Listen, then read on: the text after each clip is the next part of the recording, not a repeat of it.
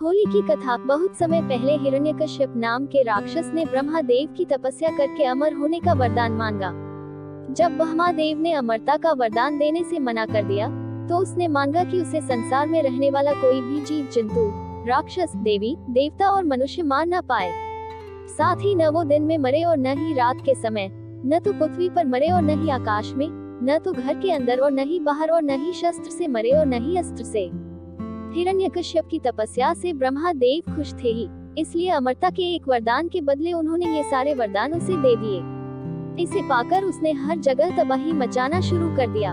उससे मनुष्य ही नहीं, देवता भी परेशान रहने लगे। वह अपनी शक्ति से दुर्बलों को सताने लगा।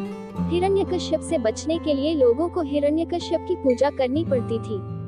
भगवान की जगह जो भी हिरण्यकश्यप की पूजा करता वह उसे छाड़ देता, और जो उसे भगवान मानने से मना करता उसे मरवा देता या अन्य सजा देता।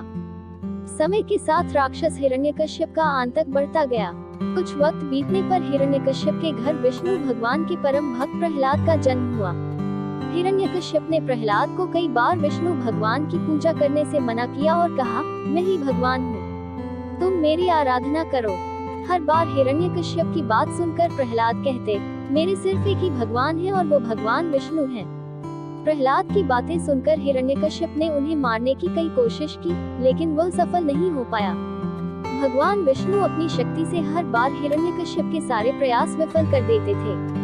एक दिन हिरण्यकश्यप के घर उसकी बहन होलिका आई। होलिका को आग में न जलने का वरदान प्राप्त था। उसके पास एक कंबल था, जिसे लपेटकर यदि वह आग में चली जाए तो आग उसे नहीं जला सकती थी।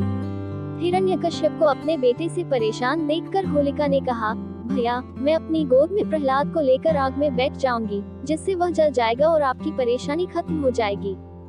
हिरण्यकश्यप ने इस योजना के लिए हामी भर दी। उसके बाद होलिका अपनी गोद में प्रहलाद को बैठाकर आग पर बैठ गई। उसी वक्त भगवान की कृपा से होलिका का कंबल प्रहलाद के ऊपर आ गया और होलिका जलकर खाक हो गई। प्रहलाद एक बार फिर प्रभु विष्णु की कृपा से बच गए। आग में जिस दिन होलिका जलकर भस्म हो गई थी, उसी दिन को आज तक लोग होलिका दहन के नाम से जानते हैं। इसे बुराई पर अच्छाई की जीत के रूप में देखते हुए खुशी में होलिका दहन के अगले दिन रंगों से होली खेली जाती है। दोस्तों, हमें इस कहानी से यह सीख मिलती है कि बुराई पर हमेशा अच्छाई की जीत होती। बुराई चाहे कितनी ही बड़ी हो, परंतु जीत सत्य की ही होती है। इसलिए हमें बुराइयों के क्षणिक सुखों में नहीं आकर सत्य के कठोर मार्ग को चुनना चाहिए, चाहे कुछ भी हो।